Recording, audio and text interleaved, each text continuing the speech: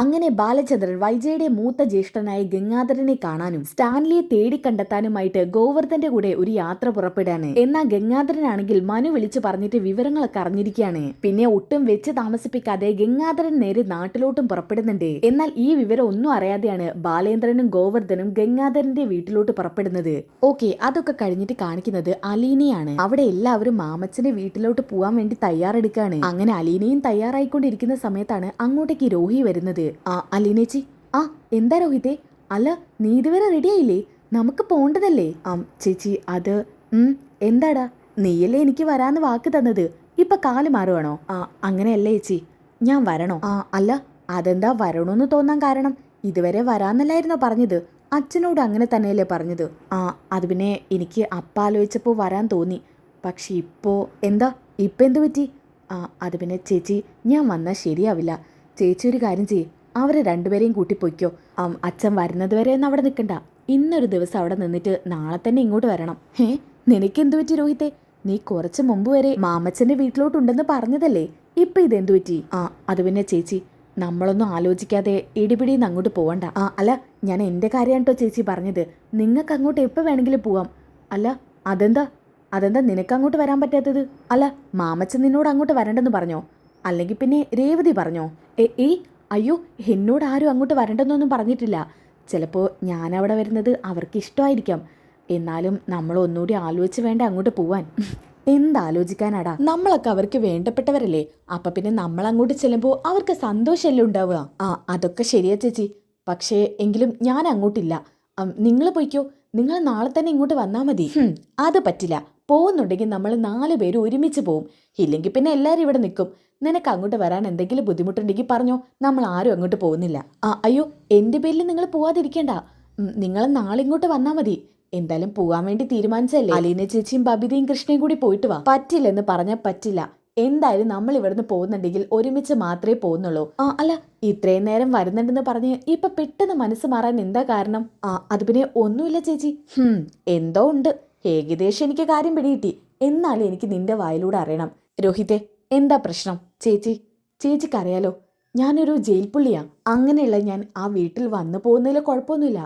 പക്ഷേ ആ വീട്ടിൽ നിൽക്കാന്നൊക്കെ പറഞ്ഞാൽ അത് ചിലപ്പോൾ അവർക്ക് ഇഷ്ടപ്പെട്ടെന്ന് വരില്ല. എടാ, നീ ഇതെന്തൊക്കെയാ പറയുന്നത്? അവർക്ക് നിങ്ങൾ അങ്ങോട്ട് വരുന്നത് ഒരിക്കലും ഇഷ്ടപ്പെടാതിരിക്കില്ല. പിന്നെ ഈ ജയിൽ പുള്ളി എന്നുള്ള കേസ് നീ വിട്ടെ. നീ എന്തായാലും ആ കേസിൽ പ്രതിയല്ലല്ലോ. അത് കോടതി തെളിയിക്കുകയും ചെയ്തിട്ടുണ്ട്. പിന്നെന്താ ഇപ്പൊ കുഴപ്പം? ചേച്ചി, അതൊക്കെ അവരെ കൊണ്ട് പറയിപ്പിച്ചതാണെന്നാ നാട്ടുകാരെല്ലാരും പറയുന്നത്. എന്റെ നിരപരാധിത്വത്തിൽ ആർക്കും വിശ്വാസമില്ല ചേച്ചി. പിന്നെ ഞാൻ എങ്ങനെ ആ വീട്ടിലോട്ട് വരാം? എടാ, മാമച്ചനും ആൻറ്റിയും അങ്ങനെയല്ല. അവർ വളരെ സ്നേഹമുള്ളവരാ. അവർക്ക് എന്നെ നന്നായിട്ടറിയാം. ഞാൻ എപ്പോഴും വിളിക്കുമ്പോൾ ഈ വീട്ടിലുള്ള ഓരോരുത്തരെ കുറിച്ചും പറയും. നിന്നെക്കുറിച്ച് അവർക്കെല്ലാം അറിയാം, പ്രത്യേകിച്ച് രേവതിക്കുട്ടിക്ക്. അതുകൊണ്ട് നീ ഒരിക്കലും വരാൻ മടിക്കണ്ട. അതെ, ഞാൻ മാമച്ചനെ നേരത്തെ വിളിച്ചിരുന്നു. ആ സമയത്ത് നമ്മളെല്ലാവരും ചെല്ലുന്നുണ്ടെന്ന് പറഞ്ഞപ്പോഴേ അവർക്ക് എന്ത് സന്തോഷമായെന്നറിയോ? പെട്ടെന്ന് തന്നെ അങ്ങോട്ട് എത്താനാ പറഞ്ഞത്. അവർക്ക് നമ്മൾ വരുന്നതിൽ സന്തോഷം മാത്രമേ ഉള്ളൂ. ഇനി പറ, നീ വരുന്നില്ലേ? ആ സമയത്താണ് ബബിത അങ്ങോട്ട് വരുന്നത്. അല്ല ചേച്ചി, ഇതുവരെ റെഡിയായില്ലേ? അത് ശരി, ഒരാളെന്നെ റെഡിയാവാൻ വിട്ടിട്ട് വേണ്ടേ? അല്ല, എന്താ രോഹിയേട്ടാ റെഡിയായില്ലേ? എന്താ ചേച്ചി, എന്തെങ്കിലും കുഴപ്പമുണ്ടോ? കുഴപ്പമുണ്ട്, പക്ഷെ എനിക്കല്ല, ഇവന്. രോഹിയേട്ടന് എന്താ കുഴപ്പം? നിന്റെ ചേട്ടനെ അങ്ങോട്ട് വരാൻ മടി. ചെയ്യാത്ത തെറ്റിന് ജയിലിൽ കിടന്നതല്ലേ, അതുകൊണ്ട് അവര് വീട്ടിൽ കയറ്റുമെന്നൊരു പേടി. അയ്യോ, അല്ല, അവർക്ക് അങ്ങനെ വല്ലതും ഉണ്ടാവോ? ഞാനതൊട്ടും ആലോചിച്ചില്ല. ബബിതേ, നീ ആരെക്കുറിച്ച് ഈ പറയുന്നത്? മാമച്ചനെ കുറിച്ചോ? നിനക്കങ്ങനെ തോന്നുന്നുണ്ടോ? എനിക്കങ്ങനെ തോന്നില്ല. അവരൊക്കെ നല്ലവരാ. കേട്ടല്ലോ, ബബിത വരെ പറഞ്ഞത് കേട്ടില്ലേ? അവരൊക്കെ നല്ലവരാ, മനസ്സിൽ നന്മയുള്ളവരാ. അതുകൊണ്ട് ഒരിക്കലും രോഹിത്തിനെ തള്ളി പറയില്ല. ശരണ്യയുടെ വീട്ടുകാരെ കുറിച്ച് നീ എന്തായിരുന്നു ധരിച്ചു വെച്ചത്? ശരണ്യയുടെ വീട്ടിൽ പോയപ്പോൾ ആ തെറ്റിദ്ധാരണയൊക്കെ മാറിയില്ലേ? പറയടാ, തെറ്റിദ്ധാരണ മാറിയില്ലേ? ശരണ്യയുടെ വീട്ടിലുള്ളവരൊന്നും നമ്മൾ പ്രതീക്ഷിച്ച പോലെ അല്ലായിരുന്നു. അവരൊക്കെ ഭയങ്കര കമ്പനിയാ. അതെ, അതുപോലെ തന്നെയാണ് മാമച്ചന്റെ വീട്ടിലുള്ളവരും. രേവതിക്കുട്ടിയൊക്കെ എന്ത് പാവാന്നറിയോ? മനസ്സിലായി ചേച്ചി, ഞാനും വരുന്നുണ്ട്. എന്നാ പോയി പെട്ടെന്ന് റെഡിയായിക്കോ. ശരി. ഇതും പറഞ്ഞുകൊണ്ട് രോഹിത് അവിടുന്ന് പോവാണ് കേട്ടോ. ആ സമയത്ത് ബബിത പറയുന്നുണ്ട്, അലീന ചേച്ചിക്ക് ഇക്കാര്യത്തിൽ പ്രത്യേക ഒരു കഴിവുണ്ട്. ഏത് കാര്യത്തിൽ? ഈ കാര്യത്തിലേ? അല്ല, എന്താ നീ ഉദ്ദേശിച്ചത്? വേറൊന്നുമല്ല, മറ്റുള്ളവരുടെ മനസ്സ് മാറ്റുന്ന കാര്യത്തിൽ. പറ്റുവാണെങ്കിൽ അതുപോലെ എനിക്കൊരാളുടെ മനസ്സ് മാറ്റണം. ഈ ടെക്നിക്ക് എനിക്കൊന്ന് പഠിപ്പിച്ചു തരുമോ? ഏത് ടെക്നിക്ക്? ദാ ഇപ്പൊ പ്രയോഗിച്ച ടെക്നിക്കില്ലേ? രോഹിയേട്ടൻ്റെ മനസ്സ് പെട്ടെന്ന് മാറ്റിയല്ലോ, അതേ ടെക്നിക്ക്. അല്ല, ആരുടെ അടുത്താ ഉപയോഗിക്കേണ്ടത്? വേറെ ആരുടെ അടുത്ത്? ഉപയോഗിക്കേണ്ട ആൾ എൻ്റെ മുന്നിൽ തന്നെയുണ്ട്. ഇവിടെ വേറെ ആരുമില്ലല്ലോ. ഞാൻ ചേച്ചിയുടെ കാര്യം പറഞ്ഞത്. എനിക്ക് ചേച്ചിയുടെ മനസ്സ് മാറ്റണം. ചേച്ചി ഇവിടുന്ന് പോകുന്നത് തടയണം. ഓ, അപ്പം അതാണ് കാര്യം. പഠിപ്പിച്ചു തരാം. എൻ്റെ മനസ്സ് മാറ്റാൻ പറ്റുമെന്നേ. നീ ഒന്ന് ശ്രമിക്ക്. സക്സസ് ആയോന്ന് ഞാനൊന്ന് നോക്കട്ടെ. ശരി, ടീച്ചർ സമയമാകുമ്പോൾ വിളിച്ചാൽ മതിയേ. ഇത് കേട്ടിട്ട് ചിരിക്കുന്നുണ്ട് കേട്ടോ അലീന. അങ്ങനെ ബബിത അവിടുന്ന് പോകുന്നുണ്ട്. ആ സമയത്താണ് അലീനയുടെ ഫോണിലേക്ക് ഒരു കോള് വരുന്നത്. അത് മറ്റാരും അല്ല കേട്ടോ, മനുവാണ്. മനുവേട്ടനാണല്ലോ. മനുവേട്ടൻ എന്തിനാ ഇപ്പം വിളിക്കുന്നേ? എന്തായാലും എടുക്കാം. ഇതും പറഞ്ഞുകൊണ്ട് ആ ഫോൺ അറ്റൻഡ് ചെയ്യുന്നുണ്ട്. ഹലോ മനുവേട്ടാ. അലീനെ എവിടെയാ? ഞാൻ വീട്ടിലുണ്ട്. അല്ല, അങ്കിള് പോയില്ലേ? പോയി. അല്ല, അങ്കിളിനെ വിളിച്ചിട്ട് കിട്ടിയില്ല, അതാ ഞാൻ വിളിച്ചത്. ഒറ്റയ്ക്കാണോ പോയത്? ഏയ്, ഒറ്റയ്ക്കൊന്നുമല്ല, ഗോവർദ്ധനങ്ങളുണ്ട്. ഓ, അപ്പം മനസാക്ഷി സൂക്ഷിപ്പുകാരനുമായിട്ടാണ് പോയതല്ലേ? അതെ. അപ്പം പിന്നെ പേടിക്കാനില്ല, കാര്യങ്ങളൊക്കെ അദ്ദേഹം നോക്കിക്കോളും. ആ ഒരു ആശ്വാസമുണ്ട്. അല്ല, ഇനിയിപ്പം നിങ്ങൾ അവിടെ ഒറ്റയ്ക്കില്ലേ? ഒരു കാര്യം ചെയ്യ്, എല്ലാവരും കൂടി ഇങ്ങോട്ട് പോര്. എങ്ങോട്ട്?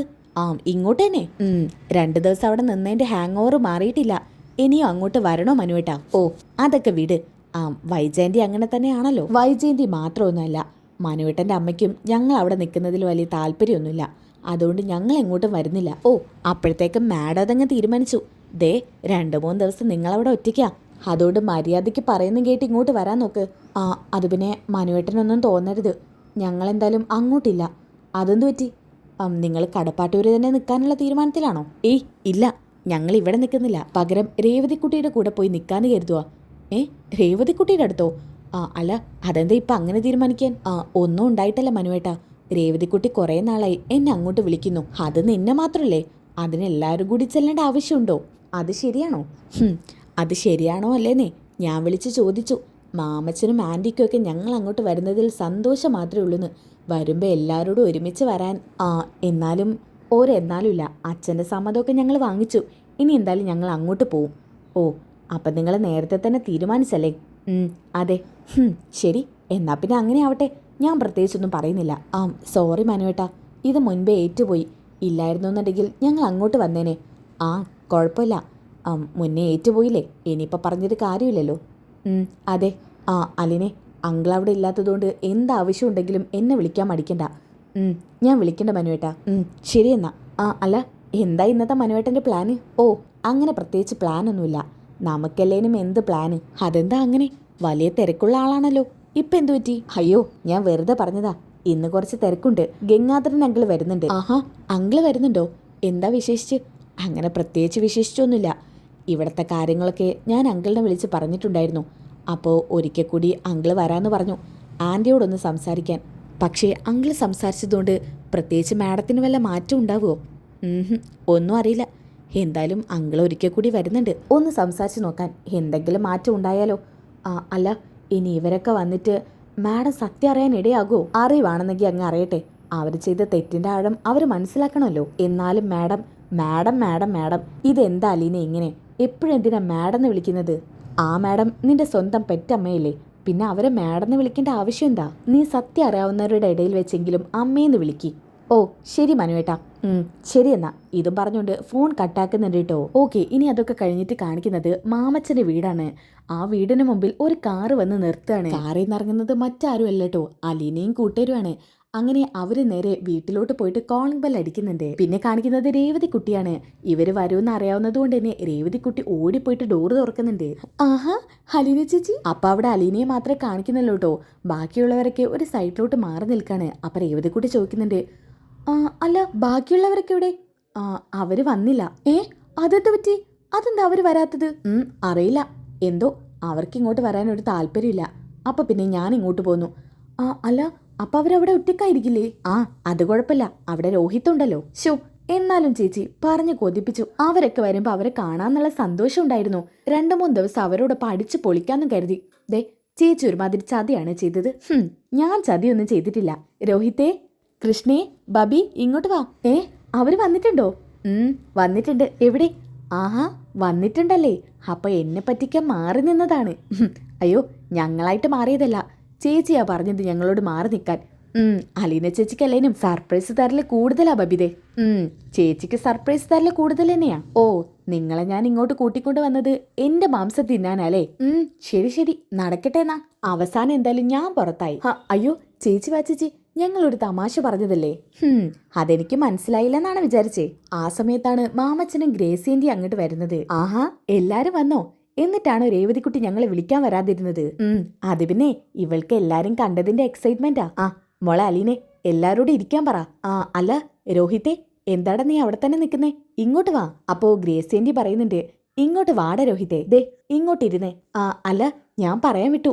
എന്താ നിങ്ങൾക്ക് കുടിക്കാൻ വേണ്ടത്? ജ്യൂസോ അതോ കോഫി എടുക്കണോ? ഞങ്ങൾക്കൊക്കെ കോഫി മതി, ഞങ്ങളിപ്പോ കോഫി കുടിക്കുന്ന സമയാ എന്ന് കൃഷ്ണ പറയാനിട്ടോ. ആ സമയത്ത് ഗ്രേസിയന്റി പറയുന്നുണ്ട്, ആയിക്കോട്ടെ, എന്നാ പിന്നെ അങ്ങനെ തന്നെ ചെയ്യാം. നിങ്ങളെ ഒന്ന് രണ്ട് സംസാരിച്ചിരിക്കേ, ഞാൻ ഇപ്പൊ വരാം. ഇതും പറഞ്ഞുകൊണ്ട് ഗ്രേസിയന്റി നേരെ അടുക്കളയിലോട്ട് പോവാനിട്ടോ. അപ്പോ മാമച്ചൻ പറയുന്നുണ്ട്, അല്ല രോഹിത്തിന് ഇങ്ങോട്ട് വരാൻ ഒരു താല്പര്യക്കുറവുണ്ടെന്ന് അലീന പറഞ്ഞു. അയ്യോ ചേച്ചി ഇവിടെ പറഞ്ഞു അത്? ഞാൻ പറഞ്ഞു മോനെ, മോൻക്ക് മോന്റെ വീട് പോലെ തന്നെ ഈ വീടും സ്വന്തം വീടായിട്ട് കാണാം. ഞങ്ങൾക്ക് നിങ്ങളെ പോലുള്ള കുട്ടികളെന്ന് വെച്ചാലേ ജീവനാ. ബാലചന്ദ്രൻ 2-3 ദിവസത്തേക്ക് ദൂരയാത്ര പോയി. അപ്പൊ പിന്നെ ഒറ്റയ്ക്കാ വീട്ടിൽ നിൽക്കണോ? ഇങ്ങോട്ട് പോരുന്നതിൽ എന്തിനാ മടി കാണിക്കുന്നേ? അത് പിന്നെ അങ്കിളെ, എനിക്ക് മനസ്സിലായി, രോഹിത് പറയേണ്ടതില്ല. അങ്ങനെയൊന്നും തെറ്റിദ്ധരിച്ച് ഇങ്ങോട്ട് വരാതിരിക്കണ്ട. മോൻ എപ്പ വേണമെങ്കിലും ഇങ്ങോട്ട് വരാം. എന്റെ ഒരു തെറ്റിദ്ധാരണയായിരുന്നു, അതെന്തായാലും ഇപ്പൊ മാറി. മാറിയല്ലോ, അത് കേട്ടാ മതി എനിക്ക്. അപ്പൊ അലീന പറയുന്നുണ്ട്, ഞാനൊന്ന് കിച്ചണിലോട് ചെല്ലട്ടെ, ആന്റി അവിടെ ഒറ്റയ്ക്കല്ലേ? അപ്പൊ മാമച്ചൻ പറയുന്നുണ്ട് കേട്ടോ, അല്ല ഇതുവരെ നീ അവിടെ അടുക്കളയിലല്ലായിരുന്നോ ജോലി ചെയ്തോണ്ടിരുന്നത്? ഇവിടെ വന്നിട്ടും നിനക്ക് അടുക്കള വേണമെന്നാണോ? അത് പിന്നെ അങ്കിളെ, ദേ ഇവിടത്തെ കാര്യമൊക്കെ രേവതിക്കുട്ടിയാ നോക്കുന്നത്. അതുകൊണ്ട് അവക്ക് വലിയ ജോലിയൊന്നുമില്ല. നിങ്ങൾക്ക് കോഫി ഇട്ടോണ്ട് വരാനേ അവക്ക് വലിയ ഭാരമുള്ള പണിയൊന്നല്ല. അത് അവൾ ഇട്ടോണ്ട് വന്നോളും. മോൾ ഇവിടെ ഇരിക്കും, ഞാൻ വേണമെങ്കിൽ അവളെ സഹായിക്കാൻ ചെല്ലാം. നിങ്ങൾ 1-2 പറഞ്ഞിരിക്കി. അങ്ങനെ മാമച്ചൻ അടുക്കളയിലോട്ട് പോകുന്നുണ്ട്. അപ്പൊ രോഹിത് പറയുന്നുണ്ട്, ചേച്ചി അങ്ങനെ പറയേണ്ടിയില്ലായിരുന്നു. അവരെന്ത് കരുതി കാണോ ആവോ? അവരൊന്നും കരുതില്ല. ഞാൻ പറഞ്ഞില്ലേ, അവര് നല്ലവരാ, അവര് മനസ്സിൽ നന്മയുള്ളവരാ. അപ്പൊ രേവതി പറയുന്നുണ്ട്, രോഹിത്തേട്ടൻ ഈ വീട് സ്വന്തം വീട് പോലെ കണ്ടാ മതി. പിന്നെ ആ പോയവരുണ്ടല്ലോ, അവർക്ക് എല്ലാവരെയും സ്നേഹിക്കാനേ പറ്റൂ, ആരെയും വെറുക്കാൻ പറ്റില്ല. പാവങ്ങളാ അവര്. അതുകൊണ്ട് തെറ്റായൊന്നും ധരിക്കണ്ട കേട്ടോ. അതെന്റെ തെറ്റായ ബുദ്ധിയിൽ തോന്നിപ്പോയ കാര്യാ. എന്തായാലും ഞാനതിപ്പോ തിരുത്തി. ഓക്കെ, അങ്ങനെ അതൊക്കെ കഴിഞ്ഞിട്ട് കാണിക്കുന്നത് മനുവിനെയാണ് കേട്ടോ. മനുവിന്റെ കാർ തുറന്ന് ഗംഗാധരനകത്തോട്ട് കയറുകയാണ്. എടാ മനു, കുറെ നേരമായി വന്നിട്ട്? ഇല്ലെങ്കിലേ, ഞാനിപ്പോ വന്നതേ ഉള്ളൂ. ഫ്ലൈറ്റ് കുറച്ച് ഡിലേ ആയിരുന്നു. അതെനിക്ക് മനസ്സിലായി. അല്ല, ഇടയ്ക്ക് ബാലേന്ദ്രൻ എന്റെ നാട്ടിലോട്ട് പോന്നെന്ന് കേട്ടു. അതുള്ള കാര്യമാണോ? അങ്കിൾ അങ്ങോട്ടാണോ പോന്നത്? നിന്റെ അച്ഛനെ എന്നെ വിളിച്ചപ്പോ പറഞ്ഞത്. എന്തായാലും അവൻ വിളിച്ചിട്ട് ഞാൻ ഇങ്ങോട്ട് പോന്നിട്ടുണ്ടെന്ന് പറഞ്ഞു. അതേതായാലും നന്നായി. ചിലപ്പോ ആ വഴി എങ്ങോട്ടെങ്കിലും പോവാനുണ്ടായിരിക്കും. അതുകൊണ്ടായിരിക്കാം എന്നെ കാണണമെന്ന് കരുതിയത്. ചിലപ്പോ അങ്ങനെയാവും. അല്ല, വൈജ നിങ്ങളുടെ വീട്ടിലെത്തിയല്ലേ? ആന്റി വീണ്ടും കറങ്ങി തിരിഞ്ഞ് ഞങ്ങളുടെ വീട്ടിലെത്തിയിട്ടുണ്ട്. അല്ല, ഇപ്പൊ എന്താ അവളുടെ അടുത്ത പ്രശ്നം? വേറൊന്നുമല്ല അങ്കിളെ, സ്ഥിരം പ്രശ്നം തന്നെ. അലീന ആ വീട്ടിൽ നിന്ന് പോണം. അലീന കടപ്പാട്ടൂരിന്ന് പോയാൽ മാത്രമേ വൈജയന്റി അങ്ങോട്ട് വരത്തുള്ളൂ. ഇവക്ക് എന്തൊരു പിടിവാശിയാ. ആരും പറഞ്ഞാ കേക്കില്ലെന്ന് വെച്ചാ വൈജയന്റിക്ക് ഒരൊറ്റ വാക്കിയുള്ളൂ. അത് വൈജയന്റി വിചാരിച്ച പോലെ തന്നെ ആയിരിക്കും. എന്ത് എപ്പോ എങ്ങനെ ചെയ്യണമെന്ന് വൈജയന്റി തന്നെ വിചാരിക്കും. ഒന്നുമില്ലെങ്കിലും അവളെന്തിനാ ബാലചന്ദ്രനെ വെറുക്കുന്നത്? അവള് ചെയ്ത അത്ര വലിയ തെറ്റൊന്നും ബാലചന്ദ്രൻ ചെയ്തിട്ടില്ലല്ലോ. പക്ഷെ അതൊന്നും ഇവിടെ ആന്റിക്ക് അറിയില്ലല്ലോ അങ്കിളേ. അലീന ആന്റിയുടെ മകളാണെന്നുള്ള സത്യം അറിയുന്നത് വരെ ഉണ്ടാവും ഈ നെഗളിപ്പൊക്കെ. മിക്കവാറും അവൾ കടപ്പാട്ടൂരേക്ക് പോയിട്ടില്ലെങ്കിൽ അതെന്റെ വായിലൂടെ തന്നെ അവൾ അറിയേണ്ടി വരും. അയ്യോ, ഈ സത്യമൊന്നും ആരോടും പറയരുതെന്നാ അലീന പറഞ്ഞിരിക്കുന്നത്. അലീന അങ്ങനെ പലതും പറയും. അവൾ ഒരു ത്യാഗിയാ. മറ്റുള്ളവരുടെ സന്തോഷം മാത്രം അവൾ മനസ്സിൽ കാണുന്നുള്ളൂ. എന്നാ അതൊന്നും സ്വന്തം അമ്മയ്ക്ക് മനസ്സിലാവുന്നില്ലല്ലോ എന്ന് ആലോചിക്കുമ്പോഴാ. എന്തായാലും എന്റെ കഴിവിന്റെ പരമാവധി ഞാൻ ഒരിക്കൽ കൂടി ശ്രമിക്കും. ഇനിയും അവൾ കടപ്പാട്ടൂരോട്ട് പോവാൻ തയ്യാറായിട്ടില്ലെന്നുണ്ടെങ്കിൽ പിന്നെ എന്ത് ചെയ്യണമെന്ന് എനിക്കറിയാം. നീ നേരെ വീട്ടിലോട്ട് വണ്ടി വിട്. അവൾ അവിടെ ഉണ്ടെന്നല്ലേ പറഞ്ഞത്. ആദ്യം അവളുടെ കാര്യം, പിന്നീട് ബാക്കി എന്താന്ന് വെച്ചാൽ തീരുമാനിക്കാം. ശരി അങ്കിളെ. ഓക്കെ, അങ്ങനെ നേരെ മനുവിന്റെ വീട്ടിലോട്ട് കാർ എടുക്കുന്നത് കേട്ടോ. അതൊക്കെ കഴിഞ്ഞിട്ട് കാണിക്കുന്നത് മനുവിന്റെ അമ്മയാണ്. അല്ല, എനിക്ക് കഴിക്കാൻ വൈജ മാത്രമല്ലേ ബാക്കിയുള്ളൂ. കുറച്ച് ആഹാരം മാത്രമേ ബാക്കിയിരിക്കുന്നുള്ളൂ. ഇതെന്തായാലും പട്ടിക്കോ പൂച്ചയ്ക്കോ മറ്റോ കൊടുക്കാം. വൈജ എന്തായാലും കഴിക്കണ്ട. അവസാനം തിന്നാൻ കിട്ടാതെ അവള് വീട്ടിലോട്ട് മടങ്ങിപ്പോവല്ലോ. അല്ലേ, എല്ലാവർക്കും അഭയാർത്ഥികളെ പോലെ കയറിക്കെടുക്കാനുള്ളതാണ് ഈ വീട്. അവർക്ക് വെച്ച് വിളമ്പാൻ ഞാനാരാ? അവരുടെ വേലക്കാരിയോ? അവൾക്ക് കയ്യും കാലൊക്കെ ഇല്ലേ? അവൾക്ക് വെച്ചുണ്ടാക്കി കഴിച്ചൂടെ? ഇതും പറഞ്ഞുകൊണ്ട് ഉണ്ടാക്കിയ ബാക്കി ഭക്ഷണം പട്ടിക്കിട്ട് കൊടുക്കാൻ കേട്ടോ. അവിടെ നിന്ന് കുറച്ച് കഴിഞ്ഞപ്പോ വൈജ അടുക്കളയിലോട്ട് വരുന്നുണ്ട്. എന്നിട്ട് പാത്രമൊക്കെ തുറന്നു നോക്കുന്നുണ്ട് കേട്ടോ. എല്ലാ പാത്രത്തിലും ഫുഡാണെങ്കിൽ കാലിയായിരിക്കാണ്. ഇന്ന് ഉച്ചക്കലത്തെ ഫുഡും ഇല്ലേ? ഷോ, ഇത് വലിയ കഷ്ടമാണല്ലോ. അവളിനി അങ്ങോട്ട് നിരാഹാരം എടുത്താനുള്ള പ്ലാനാണോ? അപ്പോഴാണ് മനുവിൻ്റെ അമ്മ അങ്ങോട്ട് വരുന്നത്. വൈജയ്, എന്താ വൈജയ്? എന്ത്? അല്ല, നീ ഇങ്ങനെ അടുക്കളയിൽ നിൽക്കുന്നോണ്ട് ചോദിച്ചതാ. അല്ല, നീ ഭക്ഷണം കഴിച്ചില്ലേ? ഞാൻ കഴിക്കാൻ സമയമാവുന്നതല്ലേ ഉള്ളൂ. ഇവിടെ ഫുഡൊന്നും കാണുന്നില്ലല്ലോ. ഫ്രിഡ്ജിലോട്ട് എടുത്തു വെച്ചോ? ഫ്രിഡ്ജിലോട്ടൊന്നും എടുത്തു വെച്ചിട്ടില്ല. സമയത്തിന് ആഹാരം കഴിച്ചില്ലെങ്കിൽ ഭക്ഷണം ഉണ്ടാവില്ല. ഞാൻ കുറച്ചൊന്ന് ഭക്ഷണം പട്ടിക്കിട്ട് കൊടുത്തു. പട്ടിക്കിട്ട് കൊടുത്തെന്നോ? ഞാൻ കഴിച്ചിട്ടില്ല. ഓ, സമയത്തിന് ആഹാരം കഴിക്കണ്ടേ വൈജയ്? ഇല്ലെങ്കിൽ ഇതുപോലെ ഭക്ഷണം പട്ടിക്കിട്ട് കൊടുക്കും. ഷോ, എന്നാലും നീ എന്ത് പണിയാ ചെയ്തത്? എനിക്കാണെങ്കിൽ വിശന്നിട്ട് വയ്യ. ഇഷ്ടം പോലെ മെഡിസിൻ കഴിക്കാനുണ്ട്. അയ്യോയ്യോ, ഇനിയിപ്പോൾ എന്താ ചെയ്യാ? ഞാനാണെങ്കിൽ എപ്പോഴും ഉണ്ടാക്കുന്നത് പോലെ ഇവിടെ ഉള്ളവർക്ക് മാത്രമുള്ള ഭക്ഷണം ഉണ്ടാക്കിയിട്ടുള്ളായിരുന്നു. പിന്നെ കുറച്ച് മിച്ചം വയ്ക്കും, അത് പട്ടിക്കോ പൂച്ചയ്ക്കോ കാക്കയ്ക്കോ കൊടുക്കാൻ. ആ പങ്ക ഞാനിപ്പോൾ കൊണ്ട് കൊടുത്തത്. വൈജയ്, ഒരു കാര്യം ചെയ്യ്, എന്തെങ്കിലും വെച്ചുണ്ടാക്കി കഴിച്ചോ, ഇല്ലെങ്കിലേ നന്നായിട്ട് വിശക്കും. ഇതും പറഞ്ഞുകൊണ്ട് അവിടെ നിന്ന് പോവാട്ടോ മനുവിൻ്റെ അമ്മ. ഇവളെന്നോട് മനഃപൂർവ്വം അങ്ങനെ ചെയ്തതാ. എനിക്ക് ഭക്ഷണം തരാതിന്നാ ഞാനിവിടെ നിന്ന് ഇറങ്ങി പോവല്ലോ. അതാ അവളുടെ പ്ലാന്. ഷോ, വിശന്നിട്ട് വയ്യ. രാവിലെ തന്നെ മര്യാദയ്ക്കൊന്നും ഉണ്ടാക്കി കഴിച്ചിട്ടില്ല. ഷോ, എന്തൊരു വിശപ്പാ. വല്ല മുട്ടയിരിക്കുന്നുണ്ടായിരിക്കോ? ഇതും പറഞ്ഞുകൊണ്ട് മുട്ടയൊക്കെ ഇരുന്ന് തപ്പുകയാണ് കേട്ടോ. ആ സമയത്താണ് മനുവും ഗംഗാധരനും അങ്ങോട്ട് വരുന്നത്. കാർ ഒരു സൈഡിൽ ഒതുക്കുന്നുണ്ട് കേട്ടോ. അങ്ങനെ ഗംഗാധരൻ കാറിൽ നിന്ന് ഇറങ്ങുന്നുണ്ട്. എന്നിട്ട് നേരെ വീട്ടിലോട്ട് കയറി ചെല്ലാണ്. മനു, വന്ന പാടെ തന്നെ വൈജയോട് കാര്യം അവതരിപ്പിക്കാം. എനിക്ക് എത്രയും പെട്ടെന്ന് തിരിച്ചു പോയേ പറ്റൂ. അല്ല, വൈജയ് ഏത് റൂമിലാ? ദാ ആ റൂമിലാ. ശരി. ഇതും പറഞ്ഞുകൊണ്ട് നേരെ ആ റൂമിലോട്ട് പോവാൻ കേട്ടോ. അങ്ങനെ റൂമിൽ പോയി നോക്കിയപ്പോൾ അവിടെ വൈജയെ കാണാനില്ല. ഇവിടെ വൈജയ് ഇല്ലല്ലോ. എടാ മനു, ഇവിടെ വൈജയ് ഇല്ലല്ലോ. വൈജയൻ്റെ ആ റൂമിൽ തന്നെയാ. ചിലപ്പോൾ അടുക്കളയിൽ എങ്ങാനും കാണും. ഞാനൊന്ന് ചെന്ന് നോക്കട്ടെ. ഇതും പറഞ്ഞുകൊണ്ട് മനു ആണെങ്കിൽ അടുക്കളയിലോട്ട് പോകുന്നുണ്ട്. പിന്നാലെ തന്നെ ഗംഗേട്ടനും പോകുന്നുണ്ട് കേട്ടോ. വൈജയൻ്റെ ഈ വൈജയൻ്റെ ഇതെന്താ? ഓ, ഒന്നുമില്ല, ഒരു ഓംപ്ലേറ്റ് ഉണ്ടാക്കാന്ന് കരുതി. അല്ല, നീ ഇതെവിടുന്നാ വരുന്നേ? ആ സമയത്താണ് ഗംഗേട്ടൻ അങ്ങോട്ട് കയറി വരുന്നത്. ആഹാ, വൈജയൻ്റെ അടുക്കളയിലോ?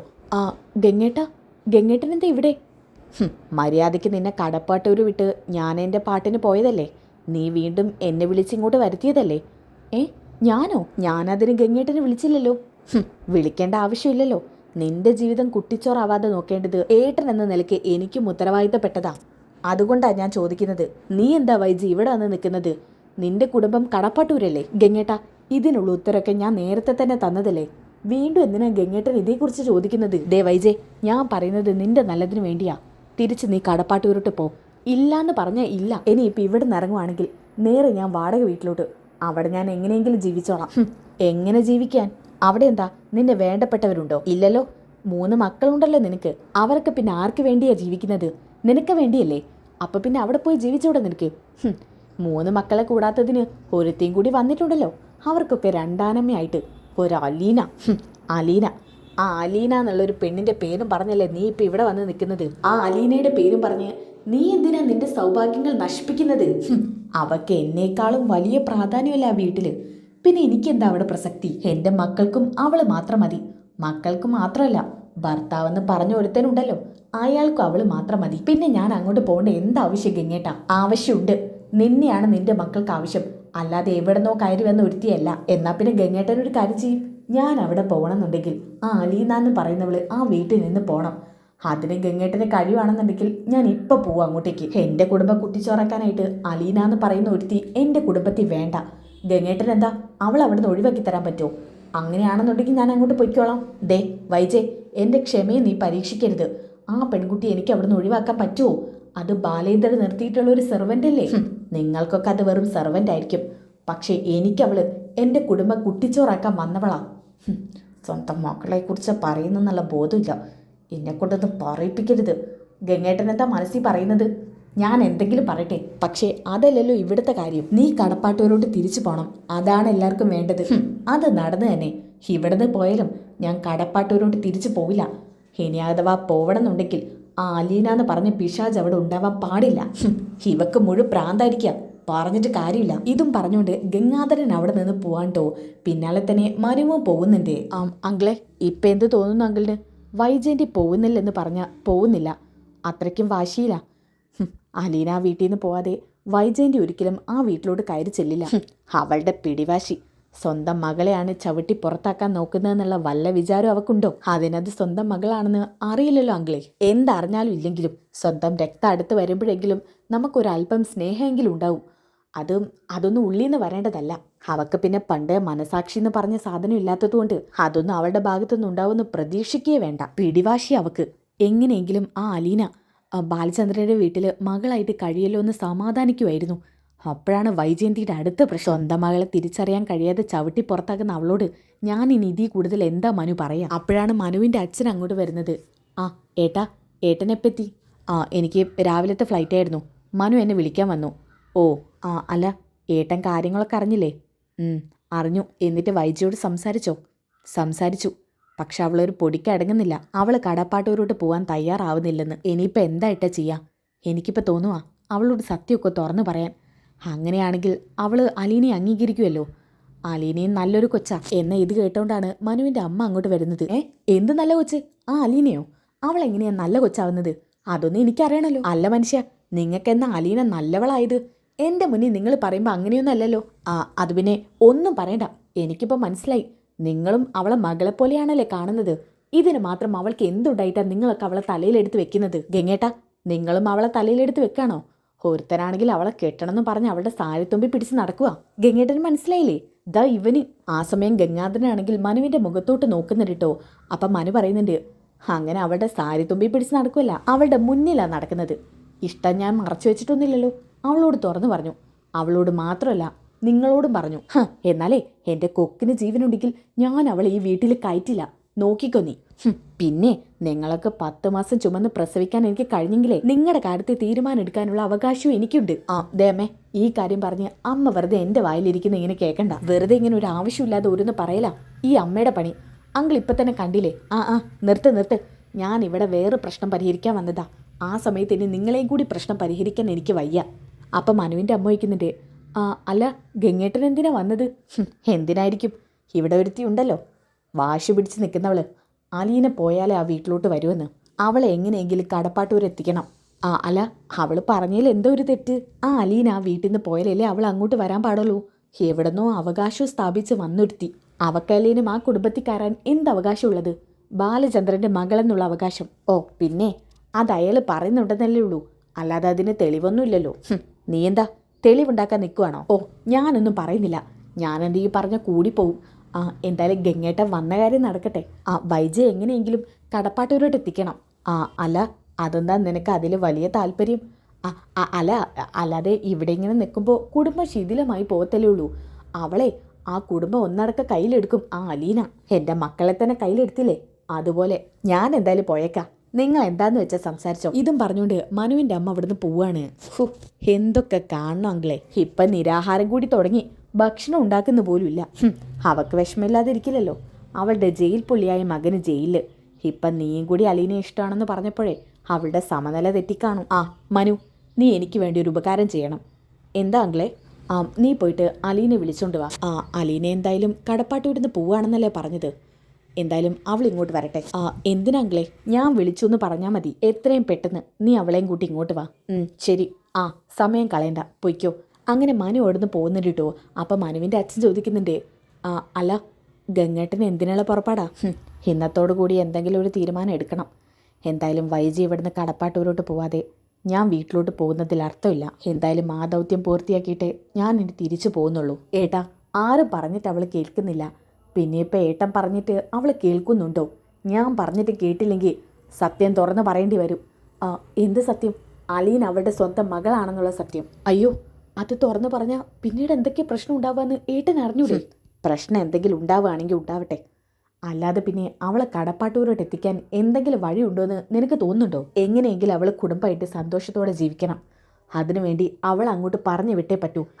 സത്യം പറയാതെ എങ്ങനെയെങ്കിലും അവൾ അവിടെ എത്തിക്കാനുള്ള വഴി നോക്കണം. അല്ല, അതിന് ഏട്ടൻ അലീനയോട് എന്തിനാ വരാൻ പറഞ്ഞത്? എന്തായാലും അലീന വരട്ടെ. വൈജയന്തിയുടെ മുന്നിൽ വെച്ച് ചില കാര്യങ്ങൾ അലീനയോട് പറയാനുണ്ട്. ഞാനൊന്ന് അമ്മയെ കണ്ടിട്ട് വരാം. ശരി ഏട്ടാ. അങ്ങനെ ഗംഗാധരൻ അമ്മയുടെ മുറിയിലോട്ട് ചെല്ലാൻ കേട്ടോ. അമ്മയാണെങ്കിൽ നല്ല ഉറക്കത്തിലാണ്. ആ സമയത്ത് ഗംഗാധരൻ ബെഡിൽ ചെന്നിരിക്കുന്നുണ്ട്. അമ്മേ അമ്മേ മോനെ. അല്ല, നീ എപ്പോൾ വന്നു? ഞാനിതേ ഇപ്പം വന്നതേ ഉള്ളൂ അമ്മേ. അല്ല, മോന് ചായയോ മറ്റോ? അയ്യോ എനിക്കൊന്നും വേണ്ടമ്മേ, ഇവിടുത്തെ കാര്യം ഞാൻ മുൻകൂട്ടി അറിഞ്ഞു. മനു എന്നോട് നേരത്തെ പറഞ്ഞിരുന്നു. അപ്പം പിന്നെ വരുമ്പോൾ ഭക്ഷണം കഴിച്ചിട്ടാണ് വന്നത്. അല്ല അമ്മ എന്തെങ്കിലും കഴിച്ചോ? ഓ എന്ത് കഴിക്കാൻ, അവളൊരു കഞ്ഞി കൊണ്ടുതരും, അത് കുടിച്ചിരുന്നു. കഞ്ഞിയോ? അപ്പം 3 നേരവും കഞ്ഞിയാണോ കുടിക്കുന്നത്? അതെ, എളുപ്പപ്പണി പോലെ അവൾ ഒരു പയറുകഞ്ഞി ഉണ്ടാക്കും, അത് കുടിക്കും. അതാണിപ്പോൾ എൻ്റെ ജീവിതം. ഷോ അവളെന്താ ഇങ്ങനെ? മോൻ അതൊക്കെ വിട്. വൈജയുടെ കാര്യം അറിഞ്ഞില്ലേ? അറിഞ്ഞു. അവളുടെ കാര്യത്തിൽ ഒരു തീരുമാനം ഉണ്ടാക്കാൻ തന്നെയാ ഞാൻ വന്നിരിക്കുന്നത്. അല്ല എന്ത് തീരുമാനം ഉണ്ടാക്കാൻ? അതേക്കുറിച്ചൊന്നും അമ്മ പറയണ്ട. അതെന്തായാലും ഞാൻ വൈജയോട് സംസാരിച്ചോണ്ട് വൈജ എങ്ങനെയെങ്കിലും കടപ്പാട്ടൂരോട്ട് എത്തിക്കണം. അതാണ് എൻ്റെ ദൗത്യം. ആ ദൗത്യം പൂർത്തിയാക്കിയിട്ടേ ഞാൻ ഇനി തിരിച്ചു മടങ്ങുന്നുള്ളൂ. മോനെ ശ്രദ്ധിച്ചൊക്കെ വേണം. ശരി. അവള് വലിയ പിടിവാശിക്കാരിയാ, അതൊക്കെ എനിക്ക് അറിയാലോ അമ്മേ. പക്ഷെ പിടിവാശിയും വെച്ച് ഇവിടെ തന്നെ നിന്ന അവളുടെ ജീവിതം വഴിയാതായി പോയില്ലേ. അവളുടെ 3 മക്കൾ ആ ബാലേന്ദ്രനെ മാത്രം സ്വന്തമാവും. അതെ, അത് അനുവദിക്കാൻ പാടില്ല. അവക്കും കൂടി അവളുടെ മക്കളെ വേണം. അതുകൊണ്ട് എന്തെങ്കിലും ഒന്ന് ചെയ്യണം മോനെ. എന്തായാലും രണ്ടുപേരെ സെപ്പറേറ്റ് ആക്കാനല്ല ഞാൻ വന്നത്, എങ്ങനെയെങ്കിലും ഒരുമിപ്പിക്കണം. അവരൊരുമിച്ച് ജീവിച്ചില്ലെങ്കിലും അവരുടെ മക്കൾക്ക് വേണ്ടി അവരൊരു വീട്ടിൽ തന്നെ താമസിക്കണം. അതെങ്കിലും ചെയ്തേ പറ്റൂ. എന്നാൽ പിന്നെ അമ്മ റെസ്റ്റ് എടുക്ക്. ഇത് കുറച്ച് ഫ്രൂട്ട്സ് അമ്മേ, ഇവിടെ വെച്ചോ. നീ അന്ന് കൊണ്ടുവന്ന നട്ട്സൊക്കെ അവൾ എടുത്തോണ്ട് പോയി. ഇനി എന്തിനാ ഇതായിട്ട് ഇവിടെ വെക്കുന്നത്? കുറച്ച് കഴിഞ്ഞാൽ അവൾ തന്നെ ഇത് എടുത്തോണ്ട് പോവും. എന്നാൽ പിന്നെ ഞാൻ ഈ സൈഡിൽ വെക്കാം. ഇതാകുമ്പോൾ അവൾ കാണില്ലല്ലോ. അമ്മയ്ക്ക് ആവശ്യമുള്ളത് എടുത്ത് കഴിക്കുകയും ചെയ്യാം. ശരി മോനെ. അങ്ങനെ ഗംഗാധരൻ അവിടെ നിന്ന് പോകുന്നുണ്ട് കേട്ടോ. ഓക്കെ, ഇനി ഇതൊക്കെ കഴിഞ്ഞിട്ട് കാണിക്കുന്നത് അലീനയാണ്. അലീനയ്ക്ക് മനുവിൻ്റെ കോൾ വരാൻ കേട്ടോ. ഹലോ മനുവേട്ടാ. അലീനെ, ഞാൻ മാമച്ചൻ്റെ വീടിൻ്റെ പുറത്തുണ്ട്. നീ ഒന്ന് ഇങ്ങോട്ട് വരുമോ? അങ്ങോട്ട് വരാനോ? ഞാനിപ്പോൾ വേറെ വീട്ടിലല്ലേ, ഞാൻ എങ്ങനെ അങ്ങോട്ട് വരിക? എനിക്കൊരു കാര്യം പറയാനാ, ഞാനത് പറഞ്ഞിട്ട് പൊയ്ക്കോളാം. ശരി. അല്ല മനുവേട്ടന് ഇങ്ങോട്ട് കയറിപ്പോര്. അത് വേണ്ട, എനിക്ക് കുറച്ച് തിരക്കുണ്ട്. ഞാൻ അങ്ങോട്ട് കയറാൻ നിന്നാൽ പിന്നെ എല്ലാവരോടും സംസാരിക്കാൻ നിൽക്കേണ്ടി വരും. നീ എന്തായാലും ഇങ്ങോട്ട് വാ. ശരി. അങ്ങനെ അലീനയാണെന്നുണ്ടെങ്കിൽ മനുവിൻ്റെ കാറിൻ്റെ അടുത്തോട്ട് വരാൻ കേട്ടോ. അല്ല എന്തിനാ എന്നെ ഇങ്ങോട്ട് വിളിപ്പിച്ചത്? ഇപ്പം തന്നെ രോഹിത് ചോദിക്കുന്നുണ്ട് എങ്ങോട്ടാ പോകുന്നതെന്ന്. അലീനെ, ഞാൻ വന്നത് വേറൊന്നിനല്ല, നിന്നെ വിളിച്ചോണ്ട് വീട്ടിലോട്ട് ചെല്ലാൻ പറഞ്ഞു. എന്നെ വിളിച്ചോണ്ടോ? ആര്? ഞാൻ പറഞ്ഞില്ലേ അങ്കിള് വരുന്നതിനെ കുറിച്ച്. അങ്കിള് വന്നിട്ടുണ്ട്. അങ്കിള് നിന്നെ വിളിച്ച് അങ്ങോട്ട് ചെല്ലാൻ പറഞ്ഞു. അയ്യോ എന്തിനു മനുവേട്ടാ? അതൊന്നും എനിക്ക് അറിഞ്ഞൂടാ. എന്തായാലും നീ വാ. അവിടെ വന്നിട്ട് നിന്നെ ഇങ്ങോട്ട് തന്നെ ഞാൻ ആക്കിത്തരാം. അയ്യോ അവരോടൊന്നും പറയാതെ. നിന്റെ മാമനാ വിളിച്ചിരിക്കുന്നത്, അവരെ ധിക്കരിക്കാൻ പറ്റില്ല. ഒരു കാര്യം ചെയ്യ്, നീ അവരോട് യാത്ര പറഞ്ഞിട്ട് വാ. ശരി, എന്നാൽ മനുവേട്ട ഇവിടെ നിൽക്ക്, ഞാനിപ്പോൾ വരാം. അങ്ങനെ കുറച്ച് നേരത്തിന് ശേഷം ബാഗും എടുത്തുകൊണ്ട് അലീന നേരെ കാറിൽ കയറാൻ കേട്ടോ. മനു അങ്ങനെ കാർ എടുക്കുന്നുണ്ട്. മനുവേട്ട, അവിടെ നിന്ന് ഇറങ്ങാൻ ഞാൻ എത്ര പാടുപെട്ടു എന്നറിയോ? അങ്ങോട്ടേക്കാണെന്ന് പറഞ്ഞിട്ടില്ല, വേറൊരു ആവശ്യത്തിന് ഇറങ്ങിയതാണെന്നാണ് പറഞ്ഞത്. അതേതായാലും നന്നായി. ഓക്കെ, ഇനി അതൊക്കെ കഴിഞ്ഞിട്ട് കാണിക്കുന്നത് മനുവിൻ്റെ വീടാണ്. അവിടേക്ക് കാറ് തിരിക്കുന്നുണ്ട് കേട്ടോ മനു. അങ്ങനെ കാറിൽ നിന്ന് അലീനയും മനു ഇറങ്ങുന്നുണ്ട്. അങ്ങനെ നേരെ അവർ വീട്ടിലോട്ട് കയറി ചെല്ലാണ്. അവിടെ ഗംഗാധരൻ ഇരിക്കുന്നുണ്ട് കേട്ടോ. അലീനയെ കണ്ട പാടത്തിന് ഗംഗാധരൻ എഴുന്നേൽക്കുന്നുണ്ട്. മോളെ അലീനെ, അങ്കിൾ എന്നെ വിളിപ്പിച്ചു എന്ന് പറഞ്ഞു. ഞാനാ വിളിപ്പിച്ചത്. എന്താ അങ്കിളെ? നീ മാമച്ചൻ്റെ വീട്ടിലായിരുന്നു അല്ലേ? അതെ, അവരും നിൻ്റെ കൂടെ ഉണ്ട് അല്ലേ? അവരും ഉണ്ട്. എനിക്ക് നിന്നോടൊരു കാര്യം സംസാരിക്കാനുണ്ട്. എന്തായാലും നമുക്കത് വൈജയുടെ മുന്നിൽ വെച്ച് വേണം സംസാരിക്കാൻ. നീ വാ. അത് അങ്കിളെ, നീ വാ. അങ്ങനെ അങ്കിളിൻ്റെ കൂടെ തന്നെ വൈജയുടെ മുറിയിലോട്ട് പോവാണ് കേട്ടോ അലീന. വൈജയ്, എന്താ ഏട്ടാ? ഇതാരാ നോക്ക്. ഇവളെന്താ ഇവിടെ? ഇവളെന്തിനാ ഇങ്ങോട്ട് വന്നത്? ഇവളിങ്ങോട്ട് വന്നതല്ല, ഞാൻ വിളിച്ചു വരുത്തിയതാ. ഏട്ടനോ? ഏട്ടൻ എന്തിനാ ഇവളെ വിളിച്ചത്? ആവശ്യമുണ്ടായിട്ട്. ഇവളാ വീട്ടിൽ നിന്ന് പുറത്തു പോയാൽ നീ ആ വീട്ടിലോട്ട് കയറുന്നല്ലേ പറഞ്ഞത്? ഞാനങ്ങനെ പറഞ്ഞു. ഉറപ്പാണല്ലോ? അത് പിന്നെ പെട്ടെന്നൊന്നും പോവാൻ കഴിയില്ല. എന്തായാലും സാവകാശം പോകാൻ പറ്റുമെന്ന് നോക്കാം. അപ്പം ഇവള് പോയാലും നീ അങ്ങോട്ട് വരില്ലെന്നർത്ഥം. ഹിപ്പാലീനയ്ക്ക് മനസ്സിലായല്ലോ. നീ പോയാലും ഇവക്ക് അങ്ങോട്ട് വരാനുള്ള ഭാവമൊന്നുമില്ല. ഇവക്ക് ഇവള് പറയുന്നതാ ശരി. എനിക്ക് എൻ്റേതായ ശരിയുണ്ട് ഗംഗേട്ടാ. നിൻ്റെതെന്ത് ശരി? നീ ചിന്തിക്കുന്നതൊക്കെ തെറ്റായ കാര്യങ്ങൾ മാത്രം. അഹങ്കാരം തലയ്ക്ക് പിടിച്ച സ്ത്രീയാ നീ. എന്നെക്കുറിച്ച് ഏട്ടൻ ഇനി എന്ത് പറഞ്ഞാലും എനിക്ക് ഒരു കുഴപ്പമില്ല. എന്തായാലും ഇവളെ എൻ്റെ മുന്നിൽ കൊണ്ടുവരേണ്ടിയില്ലായിരുന്നു. എനിക്കിവളെ കാണുന്ന പോലും ഇഷ്ടമല്ല. എൻ്റെ കുടുംബം കുട്ടിച്ചോറാക്കാൻ നോക്കിയവളെ ഇവള്. പിശാജിന്റെ ജന്മ ഇവള്. കുടുംബം കുട്ടിച്ചോറാക്കാൻ നടക്കുന്നവള്. വൈജയ്, എന്താ ഏട്ടാ? ഞാൻ ഈ കുട്ടിയെ ഇങ്ങോട്ട് വിളിച്ചു വരുത്തിയത് നിനക്ക് നിർത്തി ആക്ഷേപിക്കാനല്ല. പിന്നെ ഞാനെന്താ ഇവളെ പൂവിട്ട് പൂജിക്കണോ? അലീന അപ്പം ആ വീട്ടിൽ നിന്ന് പോയാലും നീ കടപ്പാട്ടൂരോട്ട് പോവില്ലല്ലേ? പോവണമെന്നുണ്ടായിരുന്നോ? ആ ബാലചന്ദ്രൻ കെട്ടിപ്പടുത്ത വീട്ടിലോട്ട് ഞാൻ എന്തിനാ പോകുന്നത്? എന്നെ വേണേ എൻ്റെ മക്കളെ ഞാൻ എടുക്കുന്ന വീട്ടിലോട്ട് വരട്ടെ. വീണ്ടും ഈഗോ. അപ്പം പിന്നെ നീ ആര് പറഞ്ഞാലും സമ്മതിക്കില്ല. നീ പോവില്ല കടപ്പാട്ടൂരോട്ട് അല്ലേ? തൊട്ടിപ്പുറത്ത് മനുവും അലീനയൊക്കെ നിൽക്കുന്നുണ്ട് കേട്ടോ. പിന്നെ അതുപോലെ തന്നെ മനുവിൻ്റെ അച്ഛനും ഉണ്ട്. അപ്പോൾ അലീനയാണെന്നുണ്ടെങ്കിൽ മനുവിനെ ഇങ്ങനെ നോക്കുന്നുണ്ട്. ആ സമയത്ത് മനുവിൻ്റെ അമ്മയും അങ്ങോട്ട് വരുന്നുണ്ട് കേട്ടോ. വൈജെ, നിന്നോട് ഒരിക്കൽ കൂടി ഞാൻ ചോദിക്കുക, നീ കടപ്പാട്ടൂരോട്ട് പോവോ? അലീന ആ വീട്ടിൽ നിന്ന് ഇറങ്ങിയ ആലോചിക്കണം. എനിക്കങ്ങനെ ഉറപ്പൊന്നും പറയാൻ പറ്റില്ല. നീ ഇവിടുന്ന് പോവാതെ എനിക്ക് എൻ്റെ വീട്ടിലോട്ടും പോകാൻ പറ്റില്ല. അതിനാണ് ഗംഗേട്ടൻ വന്നതെങ്കിൽ ഇവിടെ തന്നെ നിൽക്കത്തേ ഉണ്ടാവുള്ളൂ. അതെന്തായാലും നടക്കാൻ പോകുന്നില്ല. ഗംഗേട്ടൻ ഒരു കാര്യം ചെയ്യ്, എൻ്റെ കൂടെ അവിടെ നിന്നോ. എന്നാലും വേണ്ടി. അപ്പം നീ പോവില്ല?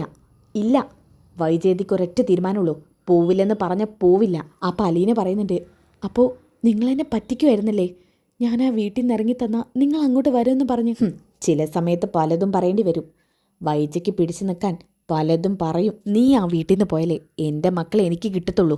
അതുകൊണ്ടാണ് നിന്നെ അവിടുന്ന് പുറത്താക്കാൻ വേണ്ടി ഞാൻ തന്ത്രം മെനഞ്ഞത്. ഹെടി, നിന്നെ പിഴച്ചു പറ്റാൻ നിന്റെ തള്ളയുണ്ടല്ലോ, അവളുടെ അടുത്തോട്ട് പൊയ്ക്കൂടെ നിനക്ക്? പിശാജ്, മനസമാധാനം തരാതെ ഓരോരുത്തരുടെ കുടുംബത്തെ കൂട്ടിയിരുന്നേക്കുക. നാണമില്ലല്ലോടി നിനക്ക്.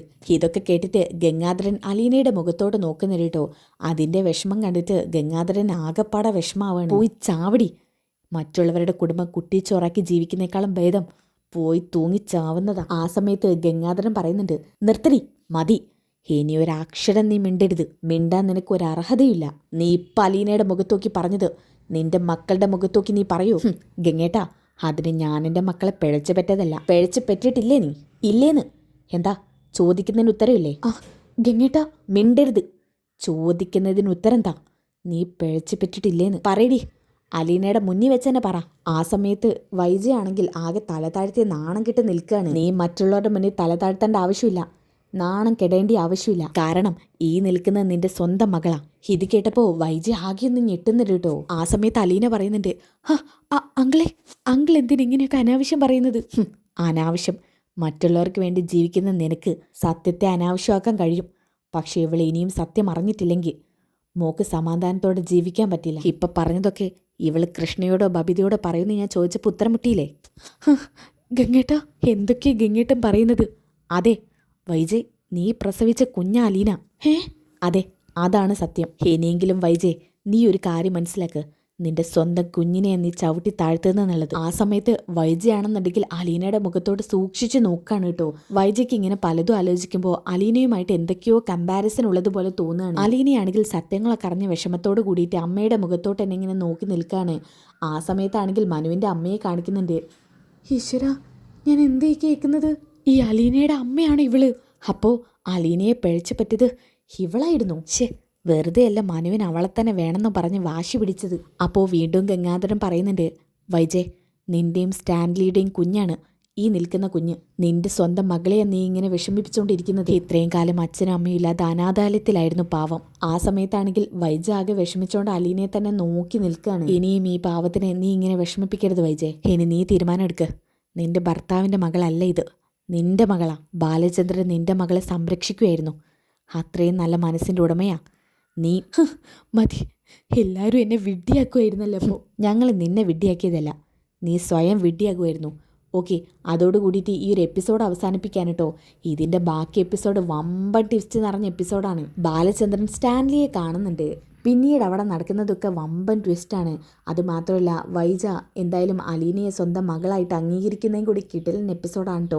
അപ്പോൾ ഈ എപ്പിസോഡിൻ്റെ ബാക്കി കിട്ടാൻ വേണ്ടി നിങ്ങൾ നെക്സ്റ്റ് എപ്പിസോഡിൽ നിന്ന് കമൻറ്റ് ചെയ്യുക. നെക്സ്റ്റ് എപ്പിസോഡിൽ നിന്ന് കമൻറ്റ് ചെയ്താൽ അടുത്ത എപ്പിസോഡ് ഉടനടി അപ്ലോഡ് ചെയ്യുന്നതായിരിക്കും. അപ്പോൾ ഈ വീഡിയോ ഇഷ്ടപ്പെട്ടാൽ ലൈക്ക് ചെയ്യാനും സബ്സ്ക്രൈബ് ചെയ്യാനും കമൻറ്റ് ചെയ്യാനും മറക്കണ്ട. അപ്പോൾ അടുത്ത വീഡിയോയിൽ കാണുന്നവരേക്കും എല്ലാവർക്കും ബൈ ഗൈസ്.